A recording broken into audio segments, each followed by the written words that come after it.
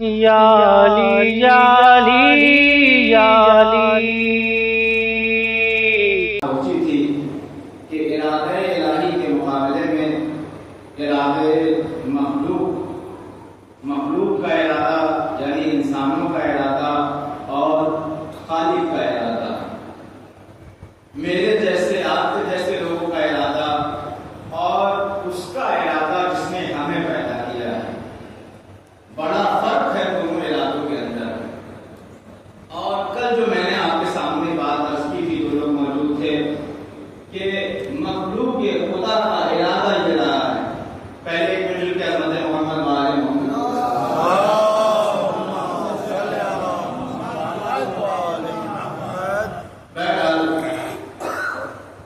کچھ کہہ نہیں سکتا، لیکن ایک جملہ کہنا چاہتا ہوں، دل ہے کہ مانتا نہیں۔ ایک سلوات اور کو دیجیے محمد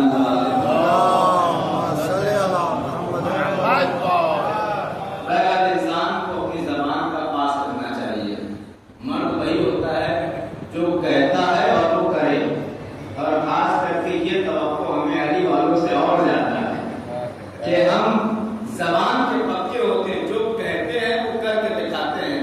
اب آپ کہیں کچھ اور کریں کچھ، تو پھر آپ اپنا فیصلہ خود کریے گا۔ میں اپنی زبان سے کچھ کہنے والا نہیں، بس اتنا کہنا چاہتا ہوں کہ جتنا ہم وعدہ کریں اس کو وفا ضرور کریں۔ اب قرآن کہہ رہا ہے یریدون ان یطفئوا نور اللہ، جس کی اپنی مجبوری ہے، اللہ مجبوری ہے اور اس کو قبول کرتا ہے، لیکن جو بغیر مجبوری کے غیر حاضر ہیں وہ جانے اللہ جانے اور ان کا وعدہ جانے۔ بل یریدون ان یطفئوا نور اللہ بافواہہم، کہ ان کا ارادہ یہ ہے کہ وہ نور الہی کو مٹا دیں، نور الہی کو بجھا دیں، نور الہی کو خاموش کر دیں، لیکن وہ مجلس میں وہ خاموش نہیں کر سکے۔ آدم سے لے کر کے حضرت محمد مصطفیٰ صلی اللہ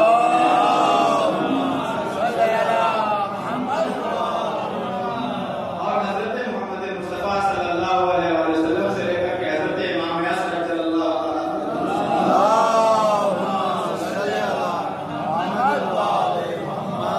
یہ سارا مقدمہ صرف اپنے امام تک آنے کے لیے کل کی مجلس اور آج کی پوری مجلس مقدمہ بنا رہا ہوں کہ وہ جو جس کے آنے کا اتنا انتظار کیا گیا، توجہ میری طرف میں چاہتا ہوں، اتنا انتظار کیا گیا ہے، آدم سے لے کر کے عیسیٰ تک، عیسیٰ سے لے کر کے حسن عسکری تک، جس کا انتظار کیا جا رہا ہے، جس کے وعدے کے اوپر پورے قرآن ٹکا ہوا ہے، بہت توجہ میں آپ کے سامنے کروں گا، جس کے آنے کے اوپر اگر وہ نہیں آتا ہے تو قرآن اپنا مصداق کھو دے گا، قرآن اپنی حیثیت گوا بیٹھے گا، اسلام اپنی حیثیت گوا بیٹھے گا اگر وہ نہیں آئے۔ بہت توجہ، جس کا انتظار پوری دنیا کرے، میں آپ کے سامنے عرض کروں گا، لوگوں نے یہ ارادہ کیا کہ نور الہی کو مٹا دیں، جب مٹا نہ سکے، بہت توجہ، جب مٹا نہ سکے تو اس نور کو داغدار کرنے کی کوشش کرنے لگے۔ آپ دیکھیں ارادہ مخلوق، ارادہ خالق، جب اس نور کو مٹا نہیں سکے، کوششیں کی، آدم سے لے کر کے عیسیٰ تک، محمد مصطفیٰ کو بھی کئی بار قتل کرنے کی کوشش کی، شب ہجرت میں دیکھ لیجیے، اور اس کے بعد اس پہاڑ پہ جہاں منافقین نے آپ کو قتل کرنے کی سازش رچی اور جہاں کے پتھر کی آئے اور آپ ٹوٹنی پہاڑ کے نیچے گر جائے، آپ شہید ہو جائے، اور یہاں تک کہ غار کے اندر بھی کوشش کی گئی، غار کے اندر بھی کوشش کی گئی۔ بھائی آپ تھوڑی دیر آپ میری طرف متوجہ رہیں، غار کے اندر بھی کوشش کی گئی۔ کوشش کیسے کی کہ میں آپ کو بتا دوں، بھائی اگر اتنے تو آپ باشعور ہیں، ہم باشعور ہیں، اور اس کے بعد آپ خلیفہ بن جائیں اور آپ کے پاس اتنی عقل نہ ہو، کیسے آپ سب یہاں پہ بیٹھے ہو اور لائٹ بجھا دی جائے، بالکل اندھیرا کر دیا جائے، اور یہ کہا جائے باہر والوں کو پتہ نہ چلے کہ اندر کوئی ہے، باہر والوں کو پتہ نہ چلے کہ اندر کوئی ہے۔ اب یہ جاننے کے بعد بھی کوئی صاحب چلا کر کے رونا شروع کر دے، اگر یہ جاننے کے باوجود بھی کوئی صاحب چلا کے رونا شروع کر دے تو کوئی وجہ ہو سکتی ہے، یا تو اس رونے کا کوئی مقصد ہو سکتا ہے، یا اس لیے رو رہا ہے تاکہ باہر والوں کو پتہ چل جائے کہ ہم اندر ہیں، یا اتنا بیوقوف ہے، اتنا احمق ہے کہ اسے یہ بھی نہیں پتا کہ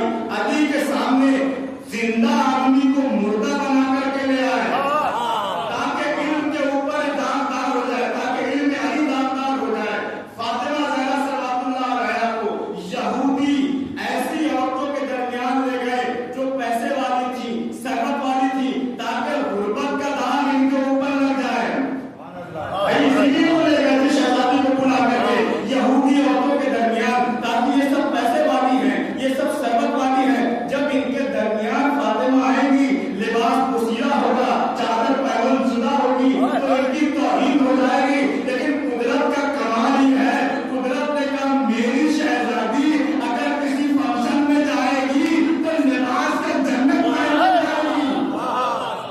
اگر میری شہزادی کسی تقریب میں جائے گی تو لباس جنت پہن کر جائے گی. نہیں سمجھے؟ یہی تو فرق آدم میں اور اہل بیت میں ہے. جب آدم جنت سے نکل رہے تھے تو اللہ نے کہا کپڑا اتار کے جاؤ.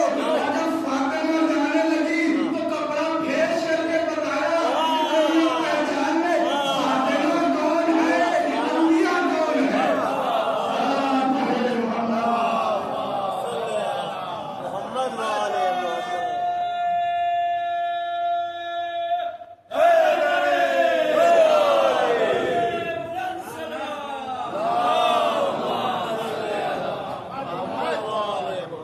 یریدون ان یطفئوا نور اللہ بافواہہم کو چاہتے ہیں کہ اپنی پھونک سے اس نور الہی کو مٹا دیں. مٹا نہیں سکے تو داغدار بنانے کی کوشش کرنے لگے. اس کے بعد یہ تو ایک مرحلہ ہے. اس کے بعد اسی مولا کائنات کو 70,000 ممبروں سے گالی دی جا رہی ہے. اسی ممبروں سے اور تمام جگہوں سے دنیا میں اس وقت کے مسلمانوں کے ذہنوں میں, بچوں کے ذہنوں میں یہ بات ڈالی جا رہی تھی کہ علی سے بڑا کوئی دشمن نہیں ہے, علی سے بڑا معاذ اللہ کوئی کافر نہیں ہے, علی سے بڑا کوئی بے نمازی نہیں ہے, علی سے معاذ اللہ ان سے بڑا کوئی شرابی نہیں ہے. یہ ساری باتیں عصمت و طہارت کے اوپر یہ لوگ ارادے کے ذریعے سے, دیکھیے میں ساری بات ارادے کے اوپر ہے کہ ان کا ارادہ تھا نور الہی کو بجھا دینے کا. بجھا نہیں پائے تو دوسرے راستے پہ آ گئے کہ ان کی عصمت کو داغدار کر دیں, ان کو داغدار کر دیں. ہزاروں کوششیں کی گئی بھائی. 70 سال تک منبر بنی امیہ سے علی علیہ السلام کو گالیاں دی جاتی رہی, بہت توجہ, گالیاں دی جاتی رہی, برا بھلا کہا جاتا رہا. صرف یہ کوشش کی جا رہی تھی کسی طریقے سے ان کی عصمت کو, ان کے دامن کے اوپر ایک دھبا لگا دیا جائے, ایک داغ لگا دیا جائے. یہ تمام مخلوق, تمام حکومت, تمام لوگوں کی کوشش اور ارادہ تھا. ایک مطلب قدرت نے مسکرا کر اپنا ارادہ دکھایا, کہا داغ اچھالنا تمہارا کام ہے. قدرت نے کہا بسم اللہ الرحمن الرحیم, انما یرید اللہ لیذہب عنکم الرجس اہل البیت یطہرکم تطہیرا. اے اہل بیت, ہم تمہیں ایسا پاک بنا دیں گے کوئی نجس چاہے گا تب بھی نہیں پہنچ سکتا. صلوات علی محمد.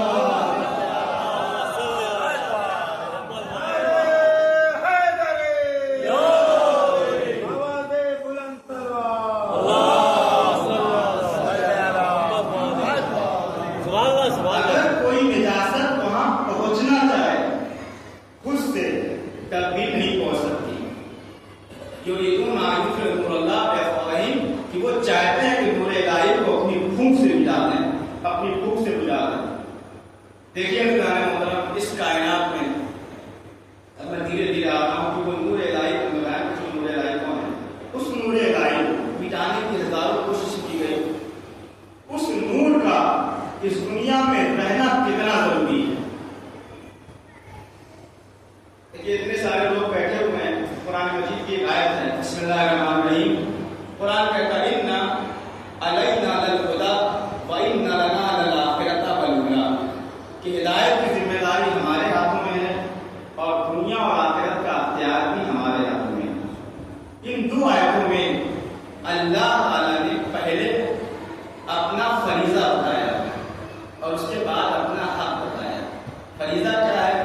اللہ نے کہا کہ ہدایت کی ذمہ داری ہمارے ہاتھوں میں ہے, ہم تمہاری ہدایت کریں گے. جب ہم اپنا فریضہ ادا کر لیں گے تو ہم کیا کریں گے؟ تم سے حق چاہے, حق ہمارا یہ ہے کہ تم کو ہدایت کر کے تم چاہے ہدایت یافتہ رہو چاہے گمراہ رہو, دنیا اور آخرت کا اختیار ہمارے ہاتھوں میں. اور دنیا میں جو سب سے بڑی مشکل ہے, علامہ طالب جوہری کا جملہ وہ کہا کرتے تھے کہ دنیا میں سب سے بڑی مشکل جو ہے وہ یہ ہے کہ دنیا کا ہر انسان, بھائی آپ کا, میرا, آپ کا, سب کا اس معاشرے کے اوپر کوئی نہ کوئی حق ضرور ہے. بھائی ہم سب کا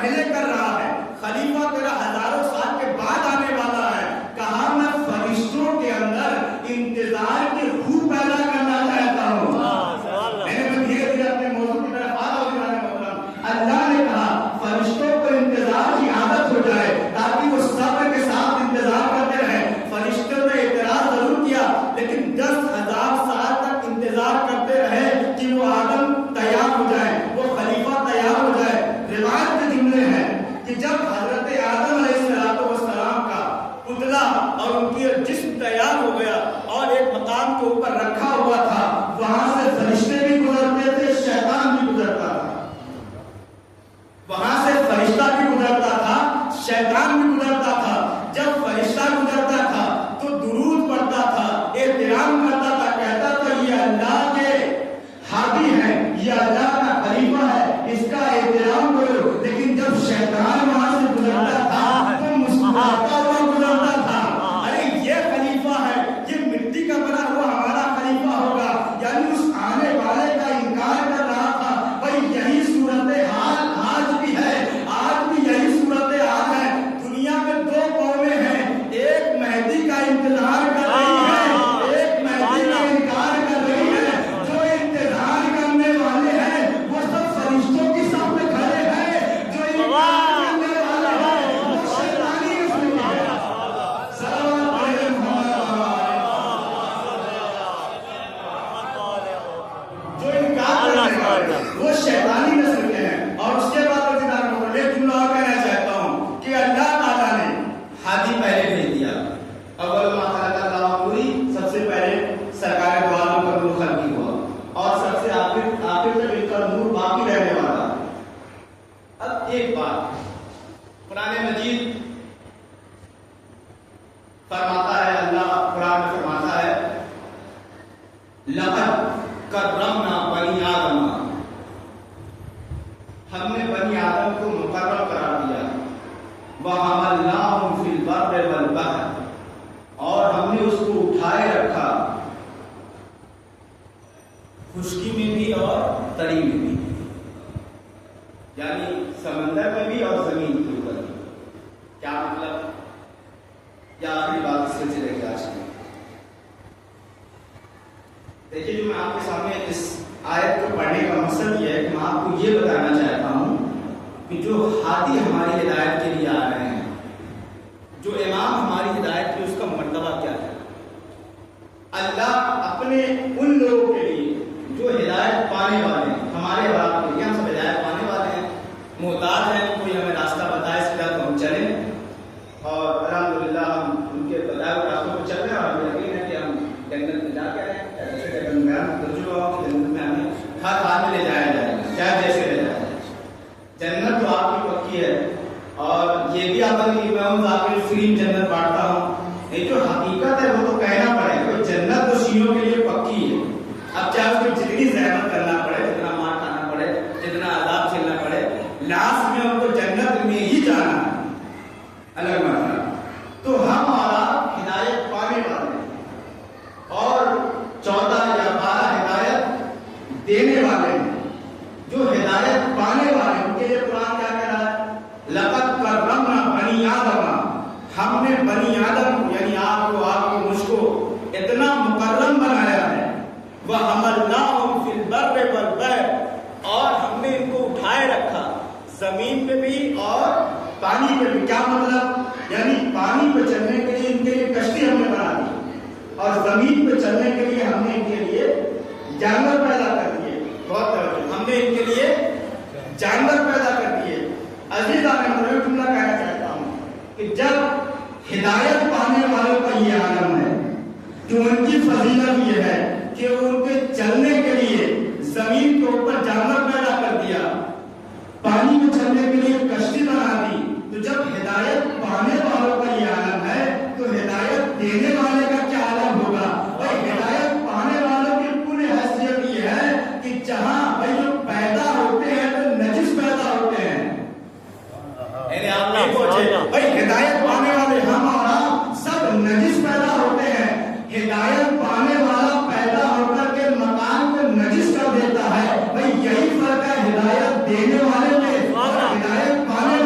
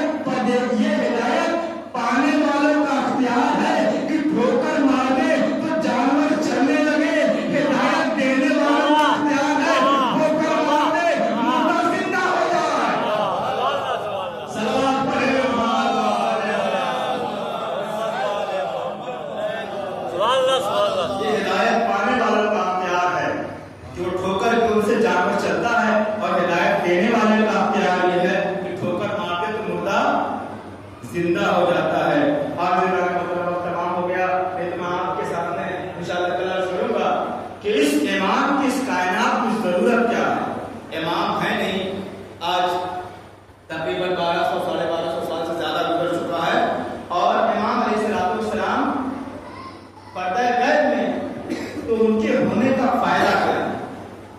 ان کے ہونے سے ہمارا کیا فائدہ ہوتا ہے؟ آپ سنیے گا کہ حجت خدا کا اس دنیا میں ہونا کے بعد اللہ نے اپنا فائدہ ادا کیا، مخلوق سے پہلے بھی ہادی، مخلوق کے ساتھ بھی ہادی، اور ہم اور آپ سب مر کے چلے جائیں گے، لیکن ہادی باقی رہے گا، رہبر باقی رہے گا، امام باقی رہے گا۔ بس میں اپنی بات کو یہیں پہ تمام کر رہا ہوں کہ آپ دیکھیں کہ امام کے وجود کا فائدہ کیا ہے۔ امام علیہ السلام اس کائنات میں ہیں، ان کے وجود کا ہمیں کیا فائدہ مل رہا ہے؟ بس اپنے اپنے مقدر کی بات ہے، اور یہ مقام میں افسوس بھی ہے کہ حسین کے زمانے والوں نے اپنے وقت کے حسین کو نہیں پہچانا، اور آج کے زمانے کے حسین کو بھی ہم نے پہچانا نہیں، کہ ہم سب اس میں شامل ہیں کہ واقعی جو امام علیہ السلام کو پہچاننے کا طریقہ ہونا چاہیے تھا وہ ہمارے اندر نہیں ہے۔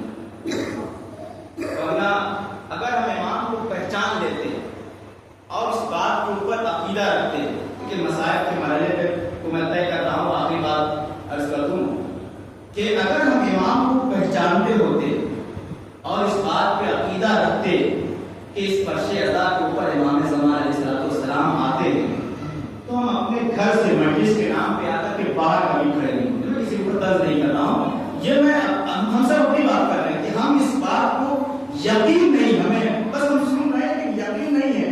اگر ہمیں یقین ہو جائے، ایک چھوٹا موٹا ایکٹر آ جاتا ہے، ایک چھوٹا موٹا کھلاڑی آ جاتا ہے، تو اس کو دیکھنے کے لیے ہزاروں کی بھیڑ پڑے، ایکٹر کو چھوڑیے بھائی، ابھی ایک پڑوسی ملک سے ایک عالم دین آئے تھے، مجتہد بھی نہیں ہے، آیت اللہ بھی نہیں، کچھ بھی نہیں ہے، ایک معمولی صرف حسین کا ذاکر، لیکن ان کا جو مرتبہ صرف حسین ابن علی کی بنیاد کے اوپر، ان کو دیکھنے کے لیے کتنے لوگ پہنچ گئے، لیکن ہمیں یقین نہیں ہے کہ اس جگہ کے اوپر امام زمان آتے ہیں، اس جگہ کے اوپر فاطمہ زہرا آتی ہیں، اس جگہ کے اوپر حضرت زینب صلوات اللہ علیہا آتی ہے۔ اگر ہمیں یقین ہو جائے، میں یہ نہیں کہتا کہ مجبوری ہے کوئی مسئلہ نہیں، لیکن آپ بلا مجبوری کیا پتہ نہیں کیا وجہ ہے کہ ہم اندر نہیں آنا چاہتے، کون سی ایسی چیز ہے، یہ بہانہ بناتے ہیں کہ ہم میرے پاس وقت نہیں ہے اس کے اوپر گفتگو کروں، یہ بہانہ کسی نے مجھ سے کہا کہ مولانا صاحب سب جوان کہتے ہیں کہ ہم نجس رہتے ہیں، یہ نجس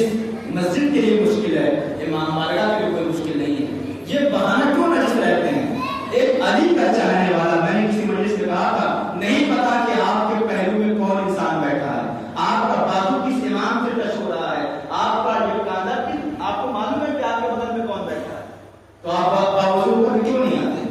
بس تو ہمیں اپنے امام کی معرفت نہیں ہے۔ آج 2 محرم ہو گئی اور حسین کربلا میں اکیلے ہو گئے، یہ معرفت کی کمی تھی کہ اتنے سارے مسلمان تھے اور حسین کے ساتھ صرف 72 آدمی تھے، یہ تو معرفت کی کمی ہوئی نا کہ اتنا بڑا رسول کا نواسہ جس کو مسلمانوں نے اپنی آنکھوں سے دیکھا۔ لیکن آج کے دور میں کوئی حسین کو نہ پہچانے کوئی مسئلہ نہیں ہے، لیکن کوئی ایسے آدمی کو جس کو لوگوں نے اپنی آنکھوں سے دیکھا ہے کہ رسول اپنے کاندھے کو دکھاتے تھے، رسول اپنی زلفیں پکڑاتے تھے، رسول اپنی زبان ان کے منہ میں لیتے تھے، اور اس کے بعد مسلمان آئے اس گھوڑ کے اوپر چھڑی چلاتے، اس گلے کے اوپر خنجر چلاتے، اس سینے کے اوپر پیر رکھتے، کتنا سخت مرحلہ ہوگا۔